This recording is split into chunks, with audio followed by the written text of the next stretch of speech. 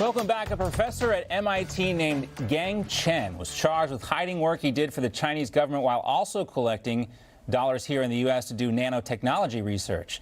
Some of the charges included wire fraud. According to the Associated Press, authorities said that Chen entered into an undisclosed contract or contracts and held meetings with the Chinese while working at MIT. The professor reportedly acted as a, quote, overseas expert for the Chinese government at the request of the People's Republic of China consulate in New York City. Chen and his research group also collected $29 million in foreign currency, including millions of dollars from a Chinese government-funded university. So what's going on here? Let's welcome in Gordon Chang now. He is the author of The Great U.S.-China Tech War and the Coming Collapse of China. Make sure you follow him at Gordon G. Chang on Twitter. Gordon, great to see you as always. Thank you so much, John. Another scary and sobering reminder of how deep the roots of the Confucius Society, the Chinese Communist Party, and their influence on these college campuses actually is. Now, of course, Gordon Chang charged at this point. He deserves due process like everybody else, but the evidence is damning. Yes, and certainly there have been so many Gordon Changs in American academia. He's just not the only one. And what is particularly worrying about this is that you've got the president of his institution, MIT, and nearly 100 of his colleagues writing a letter supporting him when they don't even know. This just seems to me that they're taking the side of China over the United States, which shows you how effective Beijing's penetration of the American scientific community has been. And the point here is that Gordon Chang is not the only one that you would suspect is doing something like this. You know, how much money, Gordon, do we think is being thrown around on college campuses? Yeah, we don't have an estimate, but, you know, we're obviously talking about hundreds of millions of dollars because we're talking about so many different academics who have been basically corrupted with huge amounts of Chinese cash. And the story about this is that you had the New York consulate trying to recruit Gordon Chang, and it's tried to recruit others to spy for China. And yet we haven't closed the New York consulate.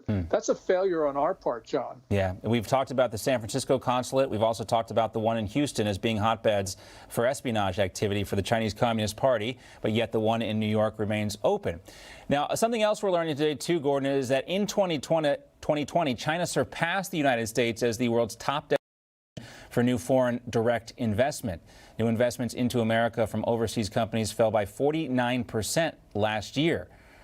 This is bad news as well. Yeah, this shows you that round one of COVID-19 has gone to China because it has been able to take advantage of this because it was the first in the disease. But we also got to look at that later rounds probably will go to the rest of the world. And the reason is no society will recover until it has an effective and safe vaccine. China has 2 vaccines, but neither are effective. And they're probably not safe as well, though we don't know that. But we do have in the U.S. both the Pfizer and the Moderna vaccines. We're going to have a third, Johnson & Johnson, and maybe even a fourth. And this shows you that we will ultimately recover faster than China because China right now, although it says it's beaten the disease, we know that they've got spikes all over the country, including in the capital, Beijing.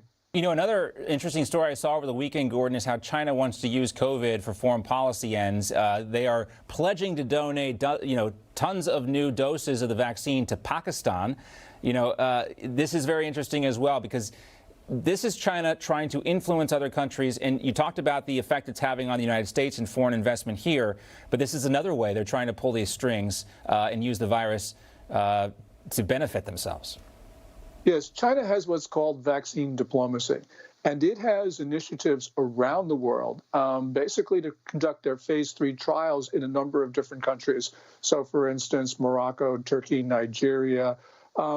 And also what they've done is they've said that they're going to donate vaccines, but there's resistance to actually taking this stuff because the trial from Brazil showed that China's vaccine is only 50.4% effective. And some of the other trials probably show less. I have a friend of mine who believes that in Macau, people are talking about a 35% effective rate.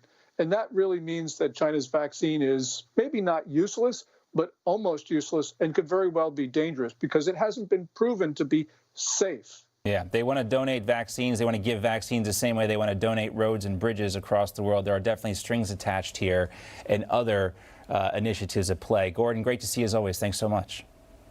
Thanks, John. Always get the latest from Gordon on Twitter, Gordon G. Chang. Well, You just watched Newsmax TV, America's fastest growing cable news channel, now in more than 70 million homes. You can get Newsmax TV on your cable system or check your cable guide.